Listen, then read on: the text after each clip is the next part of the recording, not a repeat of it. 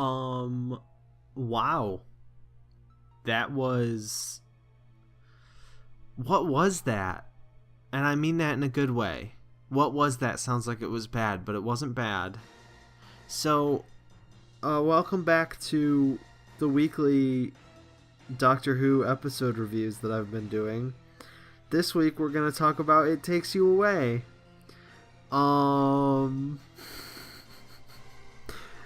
was really entertained. And I think it's really good. I've never seen a Doctor Who episode like that before.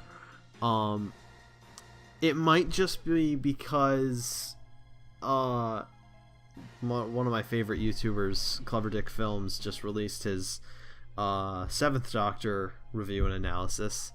Those are great videos, by the way. I highly recommend that. Clever Dick Films Doctor Who reviews, they're great. But anyway, he just released the 7th Doctor one, and so I had cause to think of Curse of Fenric, and this was giving me kind of Curse of Fenric vibes, because there's like stuff that the Doctor knows about, like a high concept kind of external universal force that the Doctor knows about beforehand, and ends up having a confrontation with, and it kind of manipulates her companions just like Fenric manipulates Ace. So that's like the only point of comparison I can think of. Spoilers, by the way. I never say that, but it's too late now.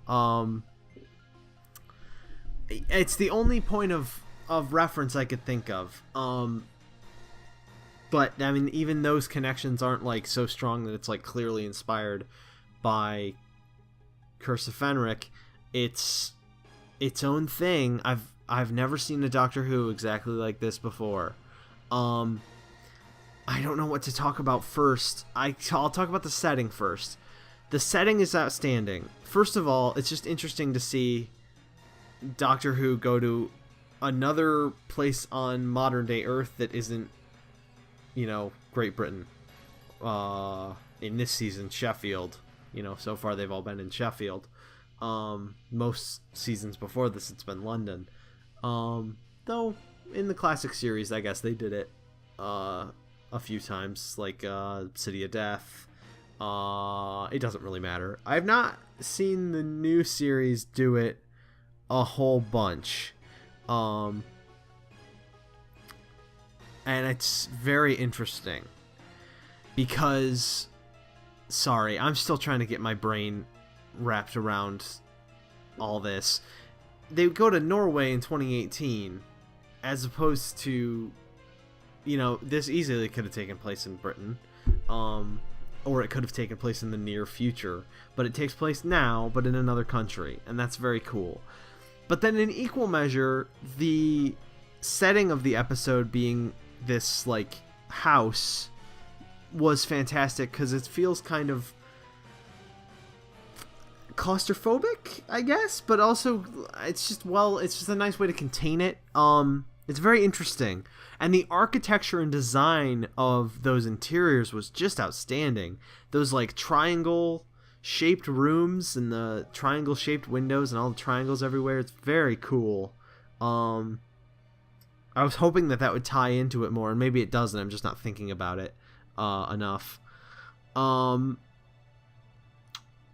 So the story is full of ideas and full of like great scenes.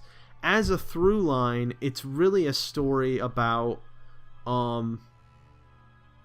it's kind of a story about a different thing for every character. So for Hannah, or Hannah, it's not spelled exactly like Hannah. I'm gonna call her Hannah. But the daughter, it's kind of, for her, it's a story about learning that her dad isn't perfect, I guess. I mean, kinda, because like she's like, no, my dad would never leave me, even though Ryan's like, he probably is just making up this monster. And then Ryan was right, which I was totally not expecting. I was expecting it to be about Ryan learning that, like, when that happened earlier on, where Ryan was like, he probably skipped out on you, kid. And Yaz was like, Ryan, don't say that. I was expecting it to be like Ryan will learn like, hey, not all, dads are, bad like your dad has been to you. But it wasn't that. Instead, it was sometimes dads aren't perfect, which is a very interesting message. Oh, sorry, I've gotten a text, and I'm just gonna leave that in because it's been a long day. I'm gonna pause now, and I'm back. So, I think what I was talking about was it's a kind of a different story for all the characters. So for the daughter, it's kind of a story about learning that, her dad isn't perfect, and in part overcoming the grief of losing her mom. For her dad, it's a story of overcoming, the grief of losing his wife. For Graham, it's definitely about overcoming the grief of losing Grace. I guess the story doesn't have much for Ryan and Yaz to kind of learn. They're partly just players. They're just they help the other characters get to where they're going. Most interestingly, it's a story about the Doctor and a weird, unknowable, formless, sentient parallel universe becoming friends, I guess, and learning that they can't be together because they physically can't, or else it will, I guess, destroy both of the sentient universe and the real universe. It's very interesting. As soon as the Doctor started talking to Yaz about, like, oh, I had 7 grandmothers, and the 5th one told me about this weird thing that was there at the start of the universe. That's what this is. I was like, this is weird that she got to that so quickly, and then that's what it's going to be, because you can just tell from the style of that scene, like, this is the exposition dump. Because there's no character in the story other than the sentient universe that could ever possibly know about the sentient universe. It's just so weird. And that's not a bad thing, but there's a very popular, I guess not very popular, but there's a very interesting to me theory that Doctor Who is going in a cycle. I'm sure anyone watching this probably has heard of it already, but if you consider like the first 2 Doctors eras as like the 60s and the black and white era, and then you've got the 3rd Doctor through the 7th Doctor, basically the 70s and 80s. If you match that up, starting with the 3rd Doctor and lining him up with the 9th Doctor, you can kind of see that modern Who has followed a similar path, where the 9th Doctor is kind of not full of himself, but he's very I don't need to go into the whole thing, but you can kind of match up the 9th Doctor with the 3rd Doctor, the 10th Doctor with the 4th Doctor, the 11th Doctor with the 5th Doctor, the 12th Doctor with the 6th Doctor, and like what their eras were like and what their stories were like. If you continue that trend, you'd have to match up the 13th Doctor with the 7th Doctor, which I wasn't sure we were going to see when we started watching this series. I had it in the back of my mind, so I might be looking for this. But this episode really felt like... And they've really upped the comedy with the Doctor, and this season, this series. And you could see that as a response to how... spiky the 12th Doctor was, which is what they did with the 7th Doctor in his first season. They made him kind of a goofball because of how unliked the meanness of the 6th Doctor was. So you've got that going on with their... Like, if you were going to match up the 7th and 13th Doctors, their first season would be them, but like a comedy version of them, with hints of what they were going to grow to be. Which would mean that the next, season or 2 seasons of the 13th Doctor, she'd be more, kind of 2 steps ahead of the story even. And you could kind of see that in this. So she comes with this prior information, and she figures out quick what's going on. And I loved the part where she left the message on the wall for Ryan and said, it's a map, so that... Hannah wouldn't No, because Hannah's blind, which that's awesome. I mean, it's awesome that there's a blind character, blind representation, because it's not part, I mean, it's part of the story in the way that it naturally would become part of the story. It's not like it's a story about blindness. It's just good representation. But anyway, she leaves the message, and that's kind of manipulative, like the Seventh Doctor was, in a nice way. But I can't help but feel like this and Kerblam, both I feel like Seventh Doctor stories. Kerblam feels like a first season Seventh Doctor story, whereas this feels like a Seventh Doctor story from his later 2 seasons.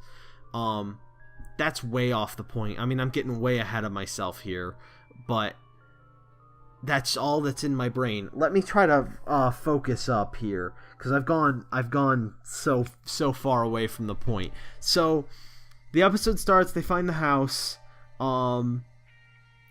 They find the girl in the house, and then they find that the mirror isn't reflecting and is a pathway, and everyone but Ryan goes in. Right? Yeah, everyone but Ryan goes in. And it's like a weird, I'm so tempted to say Lovecraftian, bizarre idea of this like parallel universe in a mirror. It's that kind of cosmic horror creepiness that's just great. And they find this weird guy, and he's creepy, and he tricks them. And then he gets eaten by flesh moths, which are called flesh moths, and they eat your flesh, and they're creepy.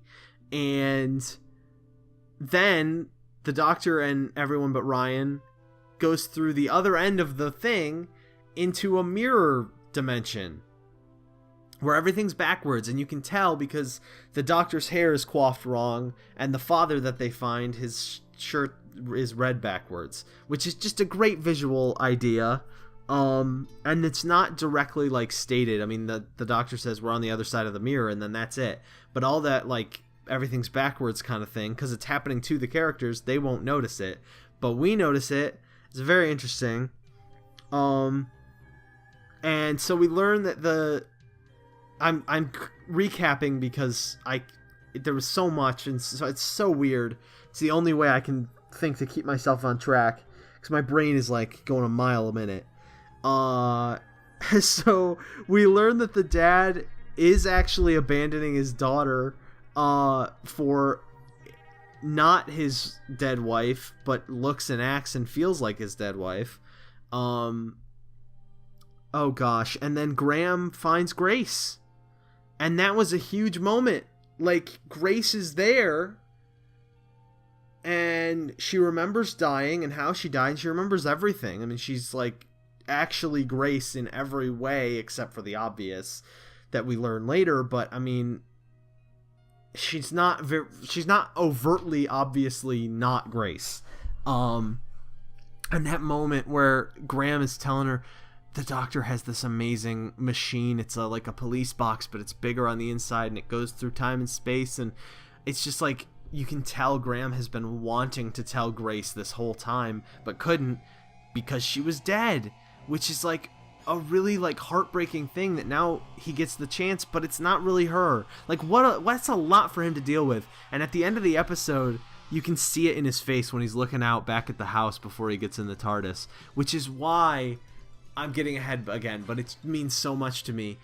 Ryan like reaching out to him and being like, you know, I heard what happened, and calling him granddad, and it really like, what an amazing thing. I mean, we all knew that it was going to happen, that at some point Ryan was going to call him granddad, and I'm not sure it paid off exactly the way I was expecting or the way I was hoping, but when it happened, it was like, I'm so glad that they've accepted each other as friends and family. Like, it means so much to me, because in each other, Grace will live on, because they both loved her dearly, and they have each other, and that's just great. The acting in this episode was spectacular, from all of the main cast and all the guest cast. Like I mentioned Graham and how great he was. Ryan and Yaz were kind of more supporting players than anything else, like I said, but still good. I mean, they had a lot of really great moments and a lot of really great scenes. Ryan, I thought, was the most interesting this episode than he's been all series.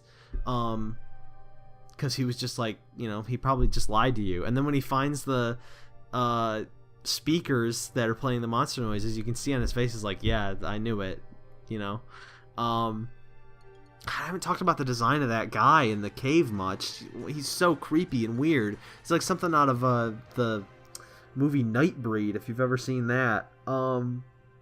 So weird. Such a weird thing for Where did he come from? Because that pathway was created by the universe because it couldn't come in contact with the sentient fake universe. So where did that guy come from? That weird alien guy. What a weird thing. That's so weird. And then you've got the story of this little family and, the father and daughter, and those characters were both really strong. I don't have a ton to say about either of them. I would like to say that the acting of the father, yes, but the daughter mainly was, like, really superb. Really, like, genuinely good. And I found that for the last 3 episodes, the guest cast has been really good, where there's been some shaky stuff in episodes, 6 and back, but 7, 8, and 9, the guest cast has been really outstanding, and the main cast has been great all throughout. Oh, gosh. Let's talk the Doctor. So we learn a little bit about the Doctor's family in this, which is interesting, that she had 7 grandmas, which is, I was thinking, it's kind of like the third Doctor talking about how he had this mentor. I can't remember what story it's in, but he talks about how, and then that pays off in Planet of the Spiders. Classic Who fans will know what I'm talking about. And this is kind of like that. Like, I can imagine the Doctor's 7 grandmothers coming up again. Or it was just a funny throwaway line. I don't know. But it's interesting that this, like, I don't even know where to start with the Doctor and this sentient universe, because it really seemed like at the end the Doctor had actually, like, genuinely wanted to stay with, I can't remember its name, I'm so sorry, but the sentient universe that in that last scene when they're in the white void and it's a frog that sounds like Grace. And what a weird, okay, I mentioned how the mirror dimension and the guy in the caves and all that was kind of like Lovecraftian and cosmic horror. The sentient universe that's portraying itself as a frog that sounds like one of the Doctor's dead friends, that is like a Douglas Adams idea. And the fact that those are both in this, it was a little jarring, but in a way I liked a lot. Oh gosh, I've gone on for a long time, and I'm so sorry. This is going to be a longer episode, but or a longer review, but this episode was, I'm just going to call it outstanding.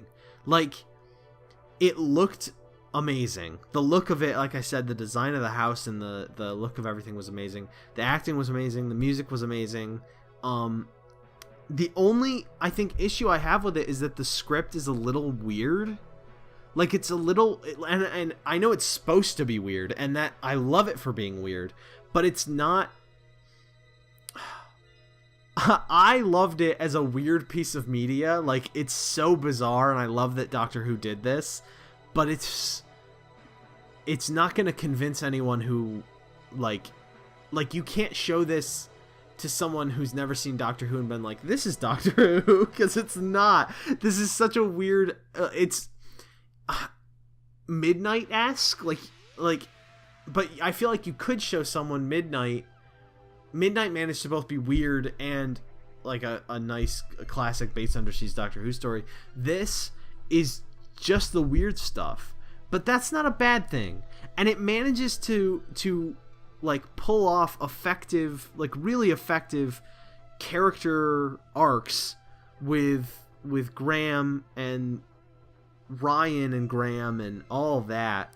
And it does something really interesting with the Doctor where she's like, she has to like give herself up to save this one guy and to save the universes, both the sentient and the fake, and then she has to convince the sentient universe to let her go. Very interesting. I've never seen anything like it. And I just think that like it really worked, cuz I'm percolating on it as I'm talking, cuz I like just finished it. I just finished it. Okay, let's talk. I haven't talked about funny moments. There are lots of little funny moments. The 7 grandmas thing is kind of a weird, funny line. And the Doctor at the beginning eating the soil to figure out that, oh, there's a market like that way. That's really funny.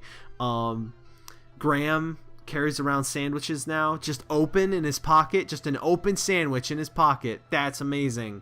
Graham, everything about Graham is like the best character. I'm totally sold on Graham. He carries around sandwiches because he needs to eat. Oh, that man gotta eat. He carries around sandwiches. Wow, I'm like flabbergasted by this episode. I don't even know what to say. It's great, though. I feel like I should end this, but I know that there's stuff I didn't talk about. You could talk about this episode. Like, there's so much to dissect, I feel. Like, I'm just thinking about it right now on like the pure like what happened from a plot standpoint, story level, but the amount that's underneath that, this is an iceberg of an episode, and the amount that's underneath the waterline is crazy. Like, there is so much going on in terms of metaphor and all that kind of stuff, like it being actually about something, and it's fascinating. I mentioned last week that it looks kind of like a Black Mirror or an Inside Number 9, and it did kind of deliver on that. Like, standalone, it's like a weird little movie. Although you kind of need to know about the character relationships ahead of time to really get it. I'd be interested to see if it worked without the context of the series as a whole. And I mean like series 11 as a whole. But what a fascinating episode. I'll be thinking about it for the whole week until next week, and then probably after that. This is the most interesting episode we've had so far. Every other episode has been like, some have been really good, solid episodes of Who. Some have been fine episodes of Doctor Who. None of them have been trash. This episode is like experimental and fascinating, and I want to see more of this. I don't know if I could take a whole season of this, but I'd kind of want to see Doctor Who do something like that with a cosmic, bizarre idea at the center of a whole season arc. That'd be really interesting. Yeah, that'd be really interesting. This is one of the most fascinating episodes of Doctor Who ever, I think. I will revisit it a lot because it deserves it. I don't give number rankings for this exact reason, because what do you rank this in comparison to the rest of the season? Doctor Who to me is not a show that like easily gives itself to a number rating system, because I don't know, like Kerblam I would have given a 8.5 or a 9 out of 10. The Witchfinders I would have given a 7.5 or an 8 out of 10. What do I give this? It's not a 10 out of 10 because it does have little, I can't even think of them, but there were little things where I was like, oh, that's a bit rushed in terms of dialogue, that's a bit convenient for the plot, whatever. But it's actually like experimental and deep and about something, so you know what I mean? Like, I want to call it my favorite episode of the season so far, but I don't think it is. But it's close, because it is so different. I'd have to really think about it and watch it a couple more times to make that decision. If it's not my favorite episode of the season so far, then that's going to go to Kerblam. but I'm considering it. Oh boy, sorry, this is such a weird review. With that said, thank you so much for watching. I have a Twitter and a podcast. Please check them out. But you don't have to. Thanks for watching. Thanks for sticking with me through this weird one. What a great episode. Next week's the finale, and then it's only a few weeks until New Year's and the special. I'm hoping that in the break between the end of the season and the special, I'll have a video up ranking Christmas episodes. But we'll see on that. No promises. So yeah, thanks so much, and I'll see you next week for the finale. It's all over. Bye.